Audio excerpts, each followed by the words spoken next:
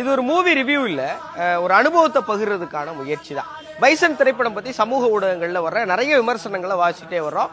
இயக்குனர் மாரி செல்வராஜ் அவர்களும் நிறைய பத்திரிகையாளர் சந்திப்பு ரொம்ப ஆக்ரோஷமா பேசுறதையும் பார்க்க முடியுது. பைசன் திரைப்படம் பத்தி ஏன் இவ்வளவு விமர்சனம் அப்படின்னா, அது ஒரு சாதி அரசியல் படம் அப்படிங்கிறாங்க. என்னைய பொறுத்த வரைக்கும் சாதி படமானா தெரியல, ஆனா அரசியல் படம், ரொம்ப முக்கியமான படம் நினைக்கிறேன். ஏன் அப்படின்னா, இந்த மடத்தி கிட்டாங்கிற கதாபாத்திரத்துக்குள்ள மடத்தி கணேசன்கிற ஒரு கபடி வீரர், அர்ஜுனா விருது வாங்கினவர், ஒரு சாதாரண கிராமத்துல பிறந்து பல போராட்டங்களை சந்திச்சவருடைய வாழ்க்கை இருக்கு.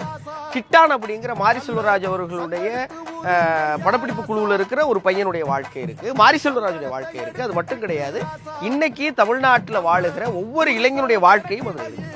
அந்த படத்துல 2 கதாபாத்திரங்கள் ரொம்ப முக்கியம்.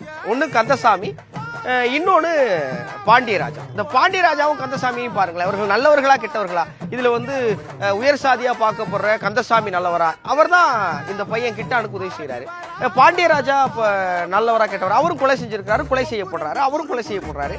இவர் வந்து நான் எதுக்கு கத்தி எடுத்தேனே தெரியல, அது தெரியாம அவன் பிச்சைக்காரங்கிறான்னு சொல்லி அவனை அடிக்கிறாரு. இதெல்லாம் பார்க்கும்போது எல்லாருக்கும் ஒரு வாழ்க்கை இருக்கு. ஆனா இந்த படம் என்ன பேசுது?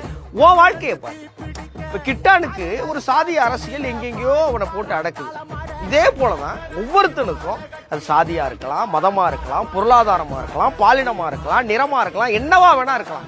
உன்னை அடக்குகிற அரசியலை உடைச்செறிஞ்சிட்டு நீ மேல போனீங்கன்னா ஒரு நாள் வாழ்க்கை மாறுங்கிற ஒரு பெரிய அனுபவத்தை, ஒரு அழகியல, ஒரு வாழ்வியல, ஒரு முன்னுதாரணத்தை மாரி செல்வராஜ் அப்படிங்கிற ஒரு இயக்குனர் அவர் வாழ்க்கையில இருந்து பிச்சு கொண்டாந்து நமக்கு ரத்தமும் சதையுமா கொடுத்துருக்கிறாரு அப்படின்னு தோணுது. படத்துல நிறைய வயலன்ஸ் இருக்கலாம், படத்துல வந்து நமக்கு ஏற்றுக்கொள்ள முடியாத வெவ்வேறு விஷயங்கள் இருக்கலாம். ஆனா அதெல்லாத்தையும் தூக்கி போட்டுட்டு இன்னைக்கு இருக்கிற பள்ளிக்கூடத்து, இன்னைக்கு இருக்கிற கல்லூரி படிக்கிற மாணவர்களை கூட்டி போய் இந்த படம் காட்டணும்னு நினைக்கிறேன். நீ என்ன காரணம் வேணா இருக்கட்டும், உங்க வீட்டில் பிரச்சனையா இருக்கலாம், உனக்கு அந்த பிரச்சனையா இருக்கலாம், யாராவது உன்னை நிராகரிச்சிருக்கலாம், யாராவது உன்னை மட்டம் தட்டிருக்கலாம், யாராவது உன்னை அவமானப்படுத்திருக்கலாம், யாராவது உன்னை அசிங்கப்படுத்திருக்கலாம், யாராவது உன்னை புறந்தள்ளி இருக்கலாம், யாராவது நிராகரி, என்ன வேணா இருக்கட்டும். நீ ஒழுக்கமா கவனமா எந்த கவனச்சிதறலும் இல்லாம உன் இலக்கு நோக்கி ஓடிட்டே இருந்தீங்கன்னா அர்ஜுனா விருது கிடையாது, அதை விட பெரிய உயரத்துக்கு போவேங்கிற ஒரு நல்ல படைப்பை கொடுத்த திரு மாரி செல்வராஜ் அவர்களுக்கு மனம் நிறைந்த நன்றியை சொல்லணும்னு நினைக்கிறேன். பைசன் பட்டம் பத்தின உங்களுடைய கருத்துக்களையும் மறக்காம கமெண்ட் செக்ஷன்ல பதிவிடுங்க. காலமாடன் எனக்கு ரொம்ப பிடிச்சிருக்கு.